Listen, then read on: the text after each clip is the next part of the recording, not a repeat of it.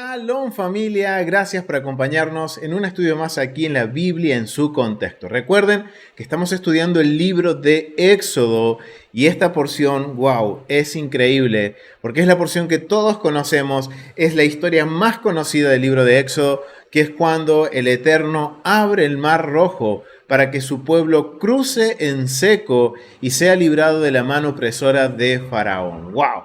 Y justamente en esta porción que vamos a cubrir, que va desde el capítulo 13, verso 17, hasta el capítulo 17, verso 16, vamos a estar hablando un poquito sobre qué podemos aprender con esto del Mar Rojo, el cruce del Mar Rojo de Israel y cómo el Eterno libra a su pueblo de la mano opresora de Faraón.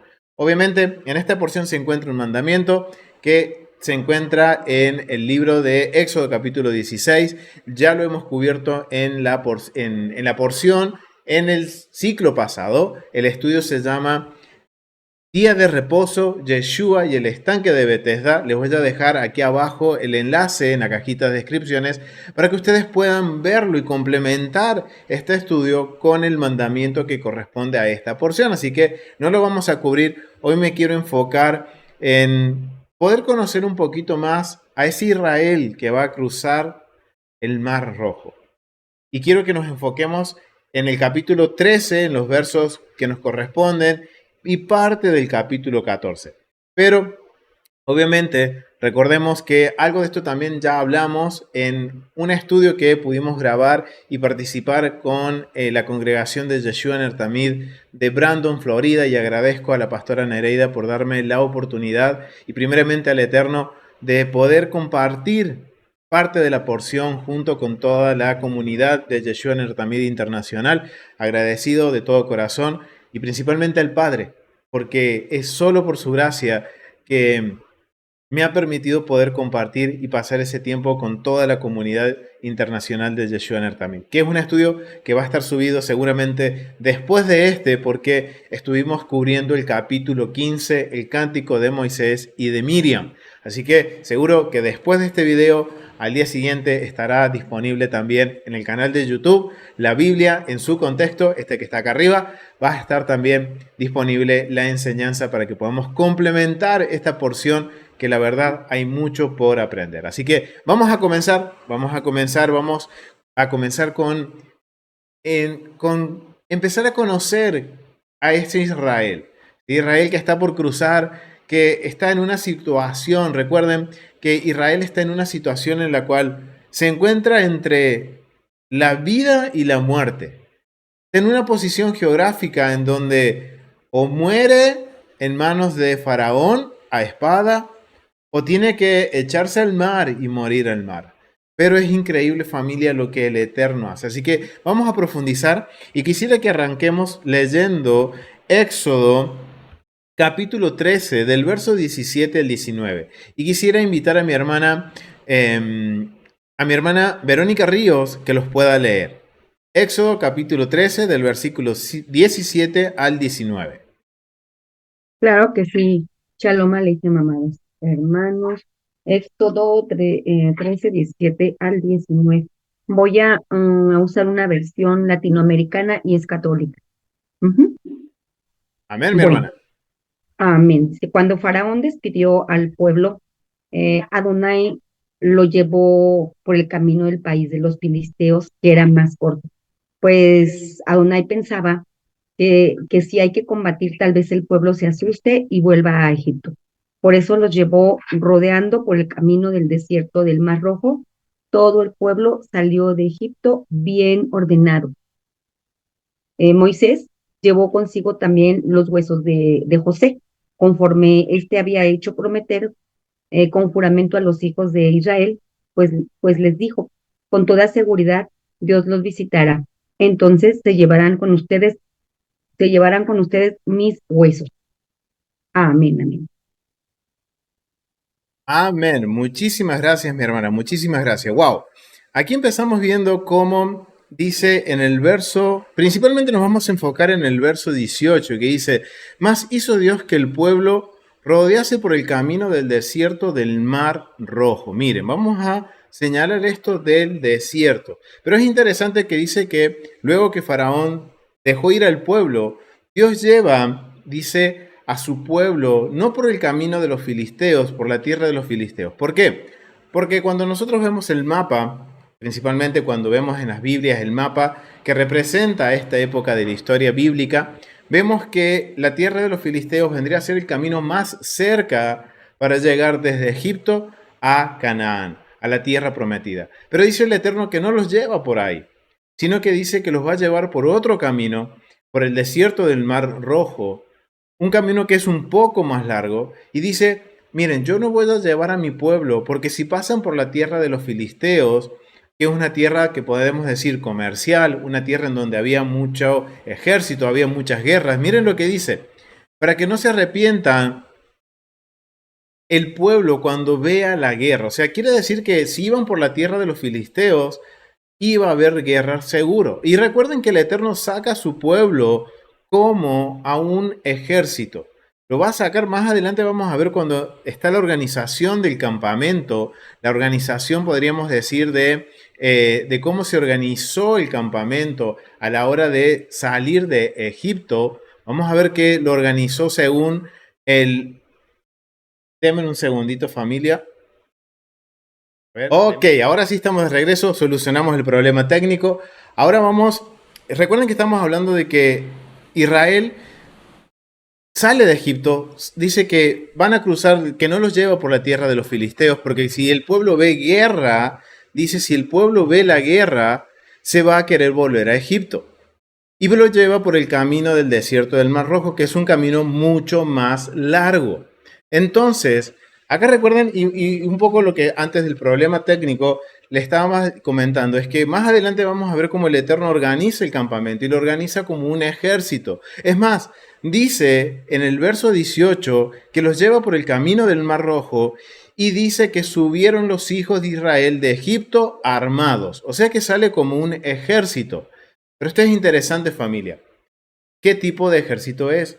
Recordemos que Israel vivió 420, 430 años en Egipto y los últimos, de acuerdo a los comentaristas, 110, 80 años que vivió en Egipto, los vivió como esclavos. O sea que mucho de estrategias de guerra no conocían. Sí, Moisés, porque fue educado a los pies de Faraón. Pero el pueblo no. Pero miren qué interesante. Dice que Israel sale, los hijos de Israel salen de Egipto armados como un ejército. Pero Dios dice, ok, no están preparados para ir a la guerra aún. Entonces vamos a tomar el camino más lejos. Israel sabe que tiene que cruzar, tiene que ir por el desierto, cruzar el desierto y llegar a la tierra prometida. Pero ellos no saben cómo va a ser ese camino. Saben a dónde van, pero no saben cuál va a ser el camino que les va a hacer tomar el Eterno. Y wow, a sorpresa, llegan al Mar Rojo. Y algo bien interesante, familia, es ver el por qué el desierto, por qué se hace énfasis en el desierto. ¿Cuál es el propósito por el cual el Eterno nos permite y permite a Israel llegar al desierto? Miren, vamos a ir a Deuteronomio, porque la respuesta la va a dar el Eterno en Deuteronomio capítulo 8, vamos a ir al capítulo 8, verso 2 al 4. Y miren lo que dice. Y te acordarás de todo el camino por donde te ha traído Adonai, tu Dios, estos 40 años en el desierto. O sea, miren, esto está incluyendo desierto del Mar Rojo, para afligirte, para probarte, para saber lo que había en tu corazón. ¿Te habías de guardar o no sus mandamientos? Y te afligió y te hizo tener hambre y te sustentó con maná, comida que no conocías tú ni tus padres la habían conocido, para hacerte saber que no solo de pan vivirá el hombre, mas de todo lo que sale de la boca de Adonai vivirá el hombre. Tu bestia nunca se tu vestido nunca se envejeció sobre ti, ni el pie se te ha hinchado en estos 40 años. ¡Wow, familia! Ahora entendemos por qué al salir de Egipto, el Eterno dice, mejor los llevo por el desierto, por el camino más largo, por el desierto del Mar Rojo. Ahora entendemos que cada vez que se dice que el Eterno lleva a Israel al desierto o Israel está en el desierto, ahora en Deuteronomios capítulo 8, ya cerrando el Pentateuco, ya llegando a las puertas de la tierra prometida, a esa nueva generación, Moisés le aclara, miren, no se olviden de los 40 años que estuvieron en el desierto, desde que salieron de Egipto hasta que llegamos a las puertas de la tierra prometida. Porque durante estos 40 años el Eterno que estuvo probando. ¿Quién es el que prueba? Es el Eterno. ¿Y cuál es el propósito de la prueba? De que conozcamos nuestro corazón. ¿Qué hay en nuestro corazón? ¿Cómo vamos a reaccionar ante la prueba? Y dice, para probar si vamos a guardar sus mandamientos, si los guardamos o no los guardamos. Esos desiertos sirven para que nosotros podamos demostrarle al Padre que sin importar las circunstancias, permanecemos firmes a la hora de guardar sus mandamientos. Wow, familia, esto es algo que es sorprendente. Y miren, desde Éxodo capítulo 13 se nos está hablando de esto de guardar los mandamientos. O sea, cuando dice, si los voy a llevar al desierto, está diciendo, los voy a probar. Y el cruce, ahora entendemos entonces que el cruce del Mar Rojo va a ser una prueba. Llegar a esta circunstancia en donde está el mar a las espaldas de Israel y enfrente hay montañas y un pequeño sendero en donde el faraón está viniendo con espadas a oprimir de nuevo a Israel, es una prueba, una gran prueba de fe. Si realmente Israel va a obedecer o no al Eterno. Entonces, vamos a continuar leyendo, familia. Miren lo que dice el verso 19. Vamos a ir a Éxodo capítulo 13, verso 19. El verso 19 dice lo siguiente. Dice, tomó también consigo Moisés los huesos de José. Esto es interesante, porque obviamente recuerden que habían hecho una promesa los hermanos de José de que cuando el Eterno los visitara, ¿qué harían ellos? Llevarse los huesos de José. Dice José, recuerden cuando vimos la historia de José, que aprendimos mucho de este vocabulario que José usa y esta petición que José hace a sus hermanos, en donde él les dice, cuando yo muera, llévenme con ustedes cuando ciertamente Dios los visite. Entonces Moisés toma consigo los huesos de José. O sea, Israel y Moisés toman los huesos de José, el cual había juramentado a los hijos de Israel diciendo, Dios ciertamente os visitará y haréis subir mis huesos de aquí con vosotros. Y partieron de Sucot y acamparon en Etam a la entrada del desierto. Wow, familia, miren, esta aclaración que se está haciendo es porque reconocen que el Eterno ha ido a visitar a Israel, ha cumplido esa promesa que le hizo a Abraham. Cuando le dice a Abraham, tranquilo, tu descendencia va a bendecir a las naciones, tu descendencia va a ser como las estrellas, va a ser como la arena del mar, pero descenderán a Egipto y el Eterno los visitará y los librará de esa tierra. Wow, familia, y esto es algo que tenemos que tener en mente, familia, para entender lo que está sucediendo en esta parte de la historia del cruce del Mar Rojo. O sea, vemos que el pueblo está marchando, marcha por el desierto, están reconociendo de que lleven los huesos de José, están reconociendo de que ahora el Eterno ha venido a visitarlos, que el Eterno está con ellos. Y obviamente, ¿cómo no? Si antes de esta porción, antes de este cruce, habíamos estudiado las 10 plagas, las cuales fueron una confrontación para Israel, las 3 primeras, y el total de las 10 plagas fue también un enfrentamiento en la cosmovisión de Egipto, en la forma de ver el mundo de los egipcios, en donde el Eterno deja claro que Él es el único Dios soberano sobre toda la creación. Es un Dios que está, como comentábamos en el estudio de ayer en la congregación Yeshuaner también de Brandon, que es un Dios que no es solamente un Dios mitológico, sino también que es un Dios real, un Dios que gobierna a un pueblo histórico. Y Él deja claro que es un Dios soberano sobre su pueblo. Y Él va a defender a su pueblo. Y por eso Moisés entiende y tanto Israel entienden de que Dios los ha visitado. Wow, familia, y tengamos esto en mente, Porque cuando veamos el cruce, hay algo que va a suceder con Israel. Pero mientras tanto, sigamos investigando un poquito más. Vamos a leer del verso 13, del capítulo 13, perdón, de Éxodo, del verso 21 al 22. Y quisiera invitar a la familia Peloc que pudieran leer del verso 21 del verso 20 al 22. Si pueden leerlo, familia, agradecido. Amén. Y partieron de Sucot y acamparon en Netam, a la entrada del desierto, y Adonai iba delante de ellos de día en una columna de nube para guiarlos por el camino, y de noche en una columna de fuego para alumbrarles, a fin de que anduviesen de día y de noche. Nunca se apartó de delante del pueblo la columna de nube de día, ni de noche la columna de fuego. Amén. Amén, amén. Muchísimas gracias. Wow, miren familia, acá hay algo bien interesante. Esto es un comentario que mi esposa me hizo mientras ella repasaba la porción y me dijo, ¿no te has dado cuenta de un pequeño detalle aquí? Miren, vamos a analizar aquí un poquito sobre lo que es la columna de fuego para Israel.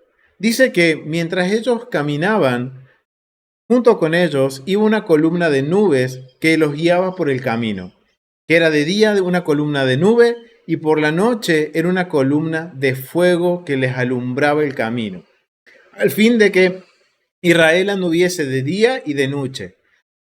Perdón, y que nunca se aparte y que nunca se apartó. Miren, podemos entender que esta columna de nube en el día y columna de fuego en la noche, que guiaba al pueblo de Israel, que estaba con Israel, era la presencia misma de Dios, quien dice que no se apartó nunca de delante del pueblo esta columna de nube de día y de noche de fuego.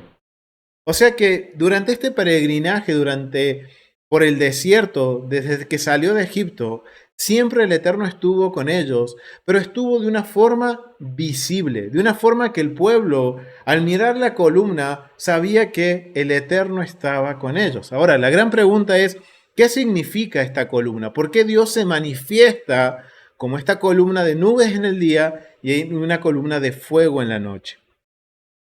Hay un comentario que hace Moshe Winfield en el recurso que habla sobre la justicia y la bondad de Dios en el antiguo Israel, que se lo recomiendo que lo lean, familia, es muy bueno, que nos ayuda a entender la justicia y la bondad de Dios. Y él hace un comentario con respecto a esto de que, ¿qué significa esta columna de nube y de fuego? Relacionado con lo que es, podríamos decir, la presencia de Dios. Y dice que para Israel significa la presencia de Dios, que Dios lo acompaña, es una manifestación de que Dios está con el pueblo. Pero para las naciones significa que es un pueblo libre, que su rey los ha hecho libre en la batalla. O sea que quien mira a Israel, cualquier nación por la que ellos crucen y vean al pueblo de Israel cruzando conjuntamente con la columna de nube o la columna de fuego, con esta gran antorcha de fuego que representa la presencia de Dios, esto quiere decir que es un pueblo libre. Significa la libertad de un pueblo. Eso es lo que significa, eso es la perspectiva. Recuerden, la Biblia fue escrita para nosotros, pero no dirigida a nosotros. Entonces tenemos que pensar qué es lo que la audiencia original entiende con respecto a la columna de fuego, tanto no solo la audiencia original, sino también en la historia, cuando realmente sucede esta columna de fuego, qué es lo que entendían los egipcios, qué es lo que entendían los filisteos, qué es lo que entendían los cananeos, porque en el capítulo 15 dice que Moab, Canaán y los filisteos temblarán por el gobierno de Dios, porque Dios reina. ¡Wow, familia! Esto es porque entienden que esta columna de fuego es la señal de que es un pueblo libre que está peregrinando por el desierto hasta llegar a la tierra que tienen por heredad, que es la tierra de Canaán. Entonces, eso es interesante. Pero hay algo que aquí mi esposa me hizo notar, que me hizo ver con respecto a la columna de fuego. Porque para Israel representa la presencia de Dios, mientras que para las naciones representa la señal de que es un pueblo libre. Pero hay algo aún más interesante, porque para unos la nube, el fuego representa una protección, para Israel representa protección, representa seguridad, representa la guía del Eterno. Pero este mismo objeto, esta misma señal física del Eterno, tiene un significado para Israel, pero también tiene un significado para los egipcios.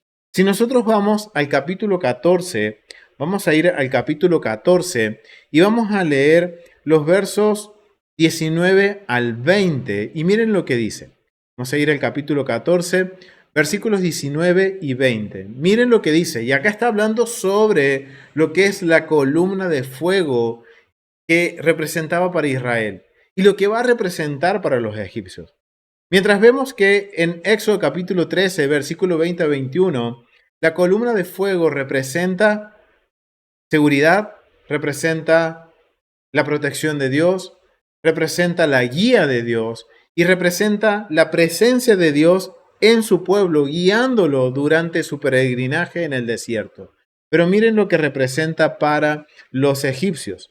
En el verso 19 dice, y el ángel de Dios que iba delante del campamento de Israel. ¡Wow! Paremos aquí un poquito. Ahora, esta columna de nubes de día y fuego de noche, dice en el verso 19, el ángel de Dios que iba delante del campamento de Israel. Dice el ángel de Dios. ¡Wow! Gran pregunta. ¿Quién es este ángel de Dios? Dice, se apartó e iba en pos de ellos. Y asimismo, la columna de nube que iba delante de ellos se apartó y se puso a sus espaldas. E iba entre el campamento de los egipcios y el campamento de Israel. Y era nube y tiniebla para aquellos, y alumbraba a Israel de noche, y en toda aquella noche nunca se acercó los unos con los otros. ¡Wow, familia! Miren, la presencia de Dios, la manifestación de que Dios está en su pueblo, para Israel representó, como dice aquí, un guardaespaldas. Dice que la presencia, el ángel de Dios iba delante del campamento, pero al ver que los egipcios se acercaban, ese ángel se posicionó en la retaguardia, custodiando las espaldas de Israel y siendo una separación entre Israel y Egipto, en donde para Israel era luz, mientras para los egipcios era tiniebla. O sea que vemos que la misma manifestación de Dios para unos va a ser luz, para otros va a ser tiniebla. Para unos va a ser orden. Recuerden que estos términos de luz y tinieblas tienen que ver con caos y cosmos. Para unos va a ser orden, para otros va a ser caos. Otros van a querer permanecer en la luz, mientras otros van a querer permanecer en las tinieblas. La manifestación de Dios puede verse de ambas formas. Depende de qué lado yo esté. Depende de qué lado esté mi corazón. Si está en Egipto, o estoy creyendo en Dios, va a ser luz o va a ser tinieblas. ¿Y saben qué, familia? Esto me acuerda a Yeshua.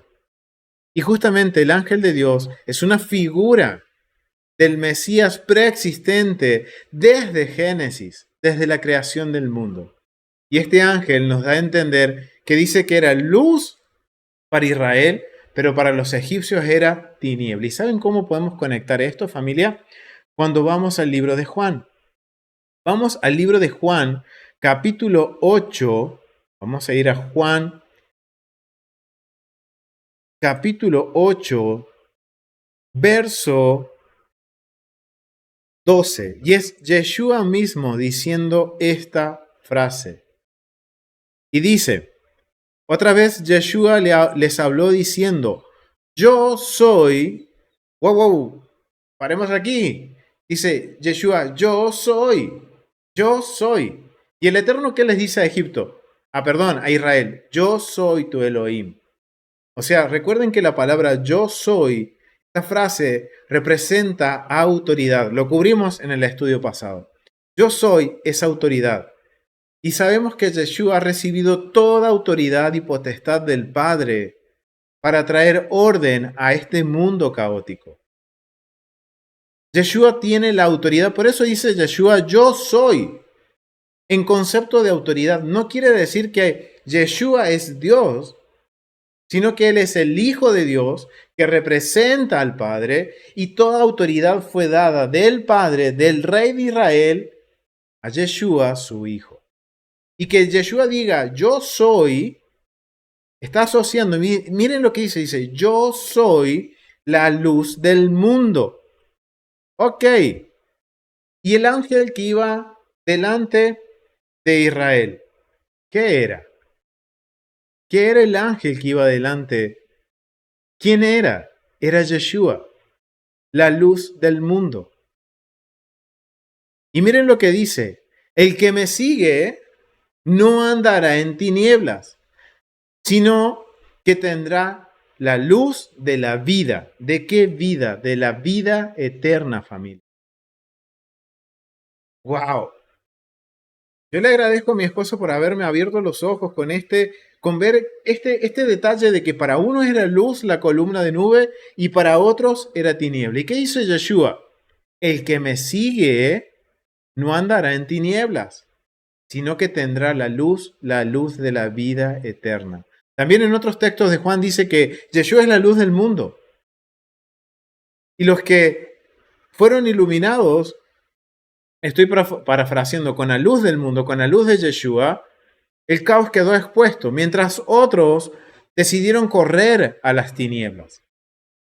O sea que miren, es el mismo vocabulario que lo podemos trazar a Éxodo capítulo 13. Cuando habla de esta columna de nubes, que era para Israel luz, mientras para Egipto era tinieblas. Y dice el ángel de Dios, que es la representación en el Antiguo Testamento del Mesías preexistente, el Hijo de Dios, el que dice ahora yo soy, yo tengo la autoridad dada por Dios para traer el orden a este mundo, vencer la muerte eterna. Por eso él dice, el que me sigue tendrá la luz de la vida. ¿De qué vida? La vida eterna, familia. ¡Wow! Es increíble ver que un mismo objeto, una misma manifestación, puede significar dos cosas. Si yo sigo la luz, sigo al Mesías. Pero aunque yo diga seguir al Mesías, pero mi vida está en tinieblas, en caos, y no obedezco los mandamientos, quiere decir que estoy en Egipto. Por más que yo crea, ¿y saben cómo sabemos esto, familia? Por lo que va a acontecer después con Israel. Sabemos que Israel ve la manifestación de Dios de la nube como que Dios los acompaña. Y no solo eso, sino que ya el acto de ellos cargar los huesos de José, ellos están reconociendo que es Dios con su mano fuerte, con su diestra, como dice el cántico, con su diestra los liberó de la mano de Faraón. O sea, Israel en todo momento está reconociendo que Dios los visita, Dios está cumpliendo la promesa de Abraham y es acompañando Dios, la presencia de Dios misma, el Hijo de Dios, el ángel de Dios, acompañando a su pueblo a través de este peregrinaje por el desierto. Pero esto es bien interesante, porque ahora cuando nosotros volvemos a Éxodo y teniendo esto en mente, que la columna de nube puede significar tinieblas o luz, dependiendo de qué lado esté, dice Yeshua, si me sigues, va a ser luz. Si no me sigues, va a ser tinieblas. Y miren lo que dice en Éxodo capítulo 14. Vamos a ir al capítulo 14 y vamos a leer del verso 1 al 14. Y quisiera que mi hermana Ofelia Lidia pudiera leerlos. Ahí le doy paso a mi hermana Ofelia Lidia y que pueda leer del verso 1 al verso 14. Ok, Shalom, gracias, buenas tardes, Shabbat Shalom. Habló el Eterno a Moisés diciendo, di a los hijos de Israel que den la vuelta y acampen delante de ti, a Airot, entre Migdol y el mar hacia Baal-Zephón. Delante de él acamparéis junto al mar. Porque Faraón dirá de los hijos de Israel, encerrados están en la tierra, el desierto los ha encerrado. Y yo endureceré el corazón de Faraón para que lo siga, y seré glorificado en Faraón y en todo su ejército. Y sabrán los egipcios que yo soy el Eterno. Y ellos lo hicieron así. Y fue dado aviso al rey de Egipto que el pueblo huía, Y el corazón de Faraón y de sus siervos se volvió contra el pueblo y dijeron, ¿cómo hemos hecho esto de haber dejado a ir a Israel para que no nos sirva? Y unció su carro y tomó consigo su pueblo. Y tomó 600 carros escogidos y todos los carros de Egipto y los capitanes sobre ellos. Y endureció el Eterno el corazón de Faraón, rey de Egipto, y él siguió a los hijos de Israel. Pero los hijos de Israel habían salido con mano poderosa, siguiéndolos pues, los egipcios, con toda la caballería y carros de Faraón, su gente de a caballo y todo su ejército, los alcanzaron acampados junto al mar, al lado de Pi Hahirot, delante de Baal-Zephón. Y cuando Faraón se hubo acercado, los hijos de Israel alzaron los ojos, y he aquí que los egipcios venían tras ellos, por lo que los hijos de Israel temieron en gran manera y clamaron al Eterno y dijeron a Moisés, ¿no había sepulcros en Egipto que nos has sacado para que muramos en el desierto? ¿Por qué has hecho así con nosotros que nos has sacado de Egipto? ¿No es esto lo que te hablamos en Egipto diciendo, déjanos servir a los egipcios? Porque mejor nos fuera servir a los egipcios que morir nosotros en el desierto. Y Moisés dijo al pueblo, no temáis, estad firmes y ved la salvación que el Eterno hará hoy con ustedes, porque los egipcios que hoy habéis visto, nunca más para siempre los veréis. El Eterno peleará por vosotros y vosotros estaréis tranquilos. Entonces el Eterno dijo a Moisés, ¿por qué clamas a mí? Di a los hijos de Israel que marchen. Y tú alza tu vara y extiende tu mano sobre el mar y divídelo, y entren los hijos de Israel por el medio del mar, en seco. Y aquí yo endureceré el corazón de los egipcios para que los sigan, y yo me glorificaré en Faraón y en todo su ejército, en sus carros y en su caballería, y sabrán los egipcios que yo soy el Eterno, cuando me glorifique en Faraón, en sus carros y en su gente de a caballo. Continúo. Amén. Muchísimas Ah, gracias, mi hermano. Hasta ahí estuvo bien. Muchísimas gracias, mi gracias, hermano. Shalom. Muchísimas gracias. Shalom, mi hermana. Wow, familia. Miren ahora lo que está sucediendo en el capítulo 14. Dice ahora que el Eterno le da una orden a Moisés de que lleve al pueblo por el camino de Pijajirot entre Migdal y Baal-Zephón. Migdal y Baal-Zephón son dos lugares de adoración altos, en donde uno es un dios egipcio y el otro es un dios cananeo. Wow. Y aquí hay algo bien interesante porque Pijajirot quiere decir camino de cañada o camino estrecho, podríamos decirlo. O sea que los va a llevar a un lugar en donde van a encontrarse con una encerrona o en una calle sin salida. En donde de un lado dice que van a tener el mar, que está el Mar Rojo. Recuerden que es por el camino del Mar Rojo. En donde se van a encontrar enfrente de Baal-Zephón. Baal, recuerden que Baal es el dios del trueno para los cananeos. Mientras que Migdal es el dios del norte, el dios del inframundo. Esto tiene que ver con esta guerra cósmica para la mentalidad egipcia y para la mentalidad de Israel. Recuerden que Israel estuvo sincretizado durante 430 años con Egipto. Compartían la misma forma de ver el mundo.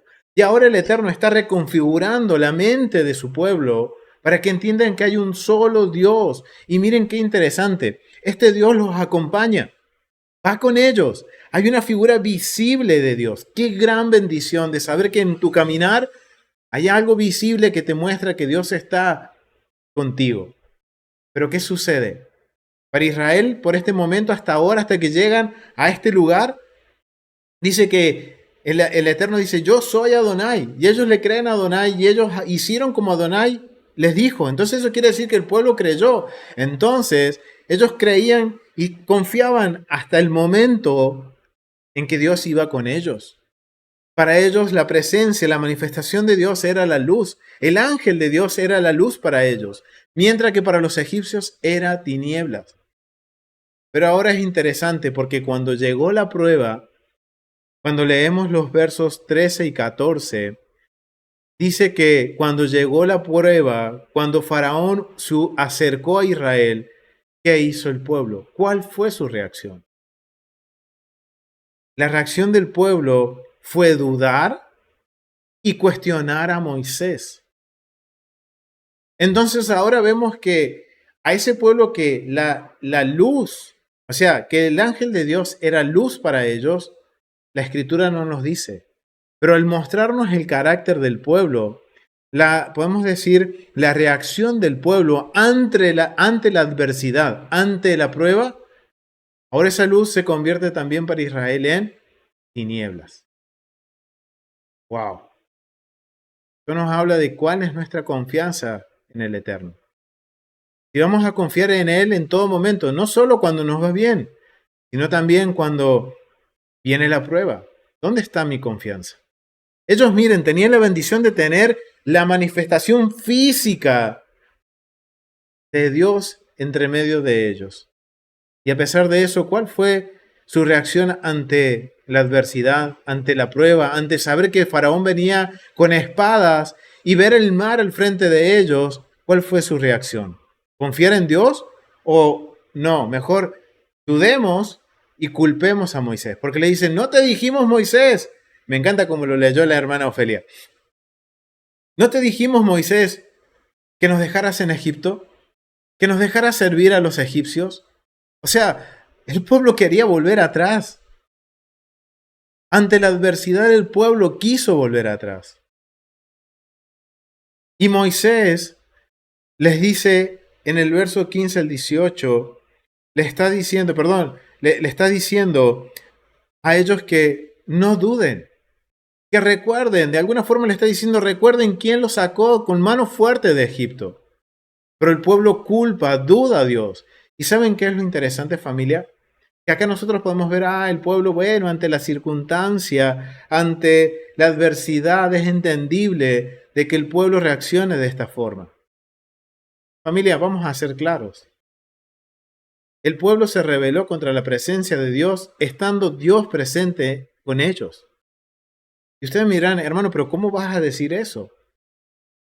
¿Saben por qué, familia? Porque el Salmo 106, miren lo que dice. Vamos a ir al Salmo 106. Vamos a ir al Salmo 106. Permítanme que aquí llego al Salmo 106 y vamos a leer los versos, el verso 7, pero vamos a ir, déjenme que lo encuentre, acá está, Salmo 106, dice lo siguiente. Miren, vamos a leer los versos del verso 5 al 7 y quisiera que mi hermana Verónica Río los pueda leer. Saloma, hermano, sí. Aquí está, Salmo 106, 5 al 7 y la misma versión latinoamericana. Dice, que veamos la dicha de tus elegidos, nos alegramos con el gozo de tu pueblo y nuestro orgullo sea el de tu familia. Junto con nuestros padres hemos pecado, cometimos una falta, somos culpables. Nuestros padres en Egipto no entendieron nada de tus milagros, se olvidaron de tus favores sin cuento, se rebelaron contra el Altísimo junto al Mar Rojo. Amén. Amén. Miren lo que dice. Miren lo que como el salmista está hablando y recordando a Israel en este cántico. Recuerden que los salmos son cánticos. Y les dice en el verso 7, nuestros padres en Egipto no entendieron tus maravillas. No se acordaron de las muchedumbres de tus misericordias, sino que se rebelaron junto al mar, el mar rojo. O sea que miren, el salmista dice que el pueblo se rebeló, estando Dios presente en medio de ellos. Wow, familia, ahora vemos cómo la luz, esta columna de luz, este ángel, el ángel de Dios, que era luz para Israel, ahora por la rebelión de Israel se convierte en tinieblas para la mente israelita en esta circunstancia de peligro, en esta circunstancia de prueba, de aflicción. Familia, tenemos que meditar cuál es nuestra reacción ante la prueba. Muchas veces nos vamos a dar cuenta que nuestra reacción es muy parecida a Israel. Decimos con nuestros labios confiar en Dios, pero cuando viene la prueba, sale lo peor de nosotros, familia. ¿Y qué pasa? El pueblo dice, se rebeló. Y a pesar de que el pueblo se rebeló, Moisés le dice, no vuelvan atrás, porque el pueblo le está diciendo, es mejor servir a los egipcios que morir en este lugar. ¿Para qué, Moisés, nos trajiste hasta aquí si nosotros te dijimos? Miren lo que les dice, nosotros te dijimos. Pero recordemos un par de porciones atrás, ¿qué hizo el pueblo ante la opresión de Egipto? Clamó a Dios y dice que Dios escuchó el clamor, ya que muy cómodos no estaban en Egipto.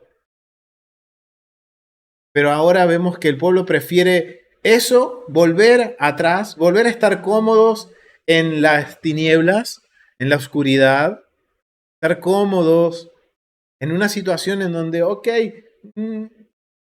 mi fe no es probada. Familia, si estamos en prueba es porque nuestra fe va a ser probada. Y eso es lo que está sucediendo aquí, familia. Eso es lo que está sucediendo. Entonces vemos como Israel ahora se revela, pero Moisés dice, ni un paso atrás, ni siquiera para tomar impulso. Continuemos adelante. Van a ver cómo Dios va a obrar un milagro y los va a librar de las manos de Faraón. ¿Y cuál fue la respuesta de Dios? Le dice a Moisés, no es hora de clamar, no es hora de quejabanzas, es hora de actuar. Extiende tu vara. Y el mar se abrió. ¡Wow, familia! A pesar de que el pueblo se rebeló, y por eso ahora entendemos que el salmista dice, el pueblo no se acordaba de las muchedumbres de sus misericordias, porque la verdad, el pueblo debería haber muerto ahí. Deberíamos haber muerto en nuestra rebeldía cuando no confiábamos en Dios, por más que Dios se haya revelado en nuestras vidas de mil y una formas. Somos seres humanos, familia. Es una conducta humana que debemos cambiar, que debemos corregir, familia. Entonces vemos ahora como Moisés anima al pueblo, pero también imagínense la situación de Moisés. Él solo diciendo, vamos adelante, teniendo la fe suficiente para decir, Dios nos librará. Si nos trajo hasta aquí, Dios nos sacará de aquí. Pero el pueblo dice, no, Moisés, no sigas hablando, parafraseando, Moisés, te vamos a tirar al agua a vos y nosotros volveremos a Egipto. Dejaremos que tú te mueras en el agua ahogado y nosotros volveremos atrás. No es una situación fácil para el líder. Esto nos quiere decir que estar en el desierto va a ser una prueba que muchas veces nos va a ser difícil, pero dice el Eterno que Él nos dará pruebas que podremos soportar. Entonces tenemos que entrenar nuestra confianza en Dios. Y eso es lo que está sucediendo aquí. Y vemos ahora en los versos 15 al 28 cómo el Eterno va a librar a su pueblo. Abre las tierras y el cruce del Mar Rojo representa ¿qué? Juicio divino, familia. Por eso es que los hace pasar justamente en medio de dos lugares de adoración paganos. Baal-Zephón, el dios de la tormenta, que era para los cananeos un dios bueno, un dios que gobernaba la esfera de los cielos, mientras que Migdal es un dios que gobierna el inframundo. Y que el mar representa que el mar, acuérdense que el mar, y lo hemos estado hablando por mucho tiempo durante el libro de Génesis, el mar representa el caos, representa el juicio divino de las deidades del inframundo, de acuerdo a la mentalidad del antiguo Medio Oriente. ¿Qué es lo que está haciendo Dios a través de este cruce del Mar Rojo? Confrontando las ideologías y la mentalidad del antiguo Medio Oriente. Y no solo del Medio Oriente, sino que también de su propio pueblo. Porque vemos que minutos antes de cruzar el Mar Rojo, de que las aguas se abrieran, el pueblo se rebeló, decidiendo volver atrás, decidiendo volver a Egipto, con todo lo que implica la opresión de Faraón, adorar los dioses de Egipto, ser esclavos de por vida y vivir en opresión. Fue la decisión que tomó el pueblo, pero el líder no dejó que su pueblo volviera atrás, que el pueblo volviera atrás, sino que el Eterno le dice, no es momento de escuchar quejabanzas, no, es momento de cruzar el mar, de tomar manos a las obras. Y le dice, extiende tu mano, y el mar se abrió. Y cuando cruzó ahora el pueblo, y me imagino ahora todo el mundo, que en ese momento el pueblo se rebeló y estaba con miedo, ahora el cruzar el Mar Rojo y ver cómo ese mar se cerró encima de sus enemigos, de sus opresores, ahora vemos en el capítulo 15, esto se convierte en un cántico de gloria. Pero es interesante, vamos a volver a Éxodo capítulo 14. Vamos a volver a Éxodo capítulo 14 y vamos a leer los versos del 29 al 31. Y quisiera que la familia Pelo los pudiera leer. Vamos a los versos del 29 al 31. Si lo pueden leer. Sí. Y los hijos de Israel fueron por el medio del mar, en seco, teniendo las aguas por muro a su derecha y a su izquierda. Así salvó Adonai aquel día a Israel de mano de los egipcios.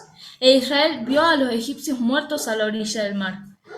Y vio Israel aquel grande hecho que Adonai ejecutó contra los egipcios. Y el pueblo temió a Adonai, y creyeron a Adonai y a Moisés su siervo. Amén. Amén, gracias Alvita. Miren, wow, lo que la reacción ahora del pueblo.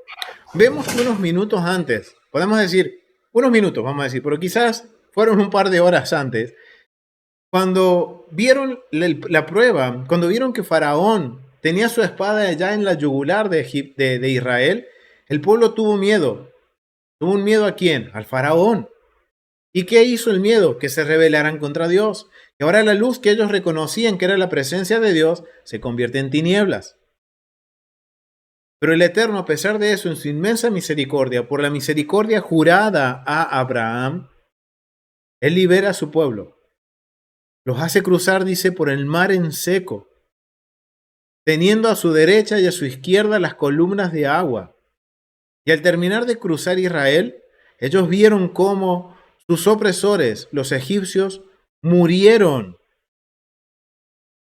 aplastados por el mar, en donde para la mentalidad del antiguo Medio Oriente los culpables ahora de juicio del caos eran los egipcios.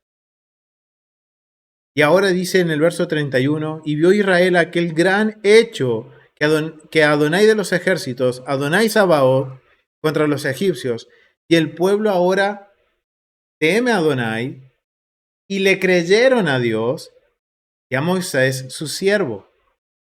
Y ahora vemos el por qué ahora entonan un cántico.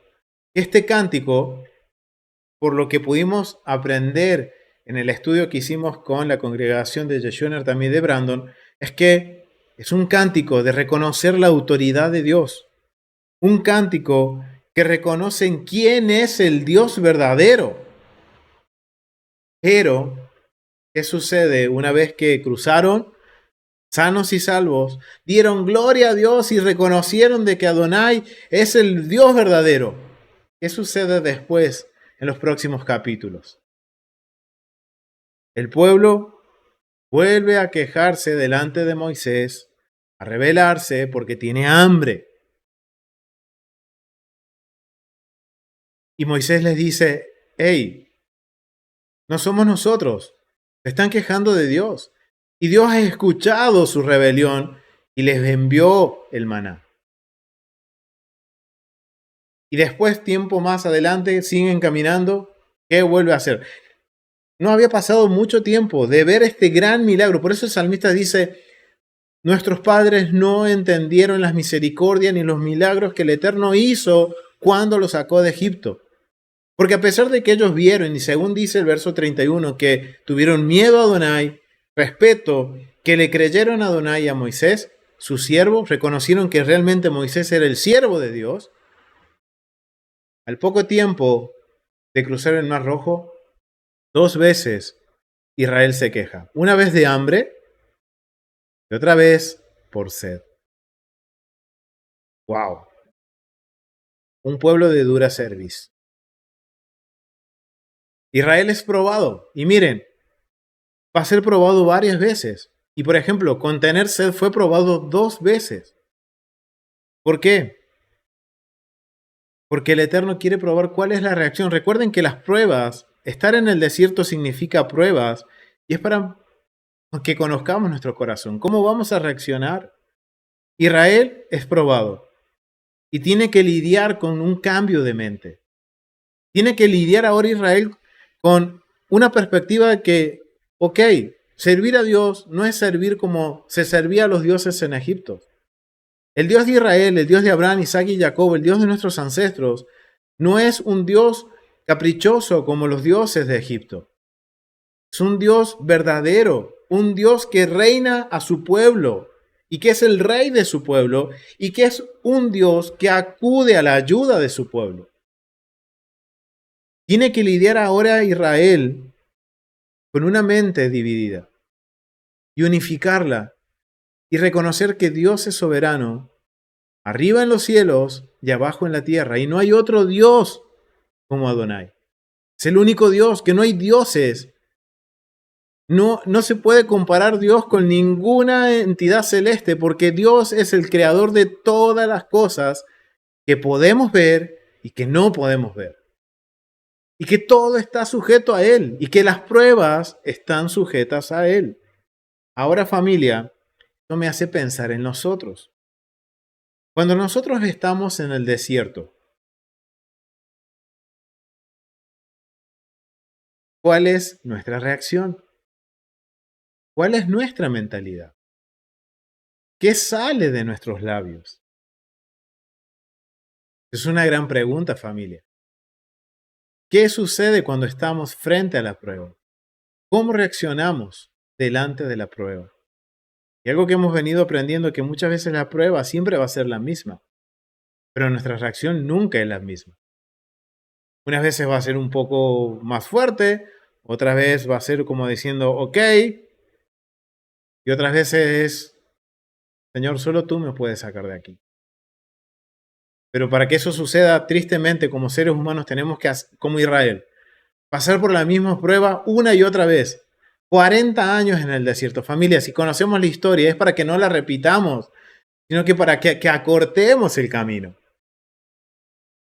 Familia, meditemos en cómo reaccionamos, en cómo es nuestra mentalidad delante de las pruebas.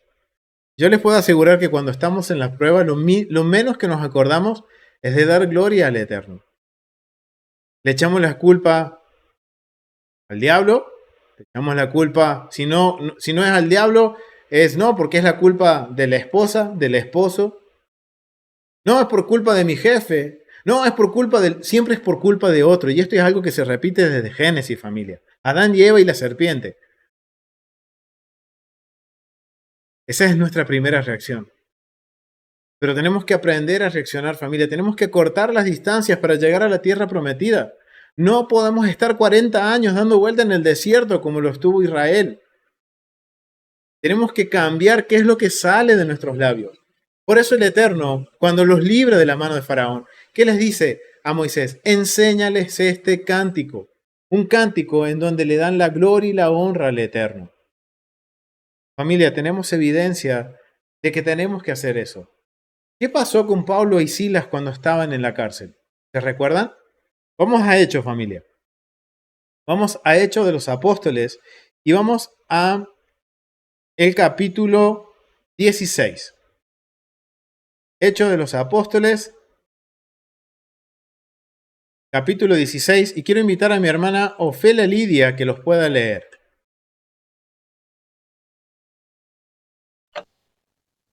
16 del verso 25 al 26. ¿Qué dice mi hermana Ofelia Lidia? Ok, sí, gracias. Pero a medianoche, orando Pablo y Silas, cantaban himnos a Dios y los presos los oían. Entonces sobrevino de repente un gran terremoto, de tal manera que los cimientos de la cárcel se sacudían y al instante se abrieron todas las puertas y las cadenas de todos se soltaron. Despertando el carcelero y viendo abiertas las puertas de la cárcel, sacó la espada y se iba a matar, pensando que los presos habían huido. Mas Pablo clamó a gran voz diciendo, no te hagas ningún mal, pues todos estamos aquí. Él entonces, pidiendo luz, se precipitó adentro y temblando se postró a los pies de Pablo y de Silas. Y sacándolos, les dijo, señores, ¿qué debo de hacer para ser salvo? ¿Hasta cuál, perdón? Ah, está bien, mi hermana, está bien ahí, mi hermana. Muchísimas gracias y gracias por leer los otros versículos. Porque miren lo que dice. ¿Qué estaba haciendo Pablo y Silas en la prueba? Estaban en prisión, familia. Estaban en prisión. ¿Qué estaban haciendo ellos? Orando y cantando himnos a Dios. Y dice que los presos los oían. Imagínense esos presos diciendo, este par está en la misma condición nuestra, están presos, pero están contentos, están alegres, están orando a su Dios, están cantando himnos a Dios, estando en una situación muy parecida a la situación de Israel antes del cruce del Mar Rojo. Miren qué distintas las actitudes. El pueblo quiso volver atrás, pero Pablo y Silas, ¿qué hicieron? Dieron gloria a Dios. Miren la madurez espiritual que tenía Pablo y Silas. En la adversidad, ellos cantaban a Dios. Y más, Pablo dice, en Filipenses dice, yo sé vivir en la riqueza, en la pobreza, sé qué es tener hambre, sé qué es estar satisfecho. Y de todas estas cosas me he sido enseñado, dice Pablo. ¿Qué quiere decir esto? Que Pablo tuvo que pasar por cada una de esas pruebas. Y a pesar de que él pasó por todas esas pruebas y llegó a estar hasta en prisión encadenado, junto con Silas, dice que ellos oraban y cantaban himnos a Dios. Familia, vuelvo a repetir la pregunta. ¿Cuál es nuestra reacción ante la prueba? Mucho tenemos que aprender, familia. Muchísimos. Muchísimos. Es algo interesante ver, familia, como el Eterno, ahora entendemos el carácter de Dios y conocemos la historia para no volver a repetirla. Así que, familia, los animo a que sigamos aprendiendo. Pero antes de terminar este estudio, quiero invitar a mi esposa. Quiero que venga mi esposa y juntos cerrar este estudio, familia. Denme un segundito que viene mi esposa. Ya regresamos.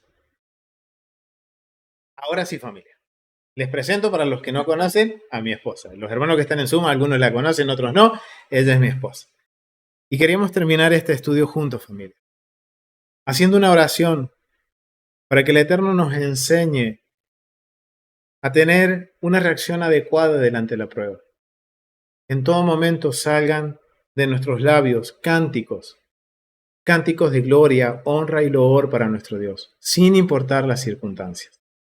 Quiero invitar a mi esposa que nos dirija en este cierre de esta enseñanza. Bien.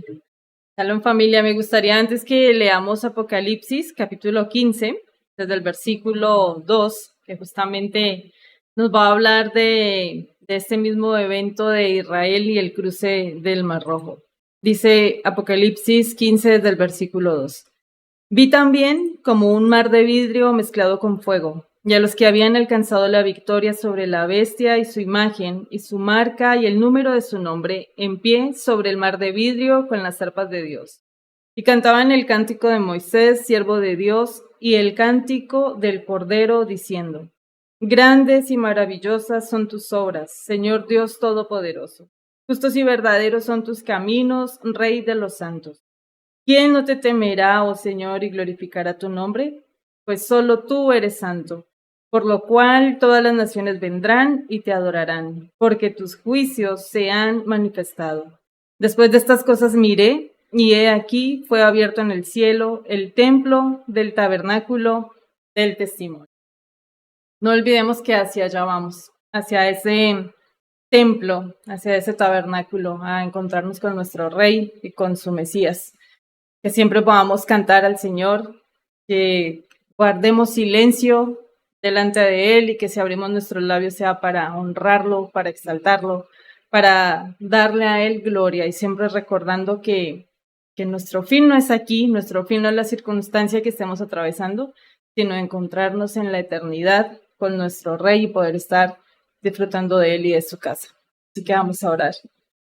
Padre eterno, te damos gracias, Señor, porque nos permites aprender de tu palabra. Gracias, Señor, porque hoy tú nos enseñas y nos exhortas. Y como tú hiciste con Israel, Señor, nos corriges y nos das la oportunidad de poder aprender, de poder corregir, de poder cambiar. Padre, que tu presencia, Señor, esté con cada uno de nosotros. Te pedimos perdón porque muchas veces somos rápidos, Señor, en abrir nuestros labios y ofender tu presencia y olvidarnos de tus maravillas y de tus hechos poderosos. Somos rápidos, Señor, en olvidar de que es tu mano la que nos ha sostenido, que es tu misericordia y tu amor la que nos han traído hasta aquí, Señor. Perdónanos y ayúdanos, mi Rey, a que siempre podamos recordar, Señor, que tú eres Dios fiel y verdadero, que cumples tu palabra, que podamos recordar, Señor, tus poderosos hechos, tus poderosas hazañas, y recordar que hay una cita divina, Señor, hay un encuentro eterno que nos espera junto a ti, y que cuando abramos nuestros labios, Padre, podamos siempre honrarte, siempre exaltarte, siempre darte honor, más allá de las situaciones que no entendemos, Señor, más allá de las circunstancias que exceden nuestra capacidad, que podamos nosotros honrarte, que podamos abrir nuestros labios para exaltarte, sea solos o con nuestras familias, siempre poder, Señor, nosotros alabar tu nombre, siempre poder nosotros darte gracias, siempre poder celebrar tu amor y tu misericordia. Mi Rey, por favor, que tu presencia traiga renuevo, que tu palabra traiga nuevas fuerzas y nuevo aliento, Señor.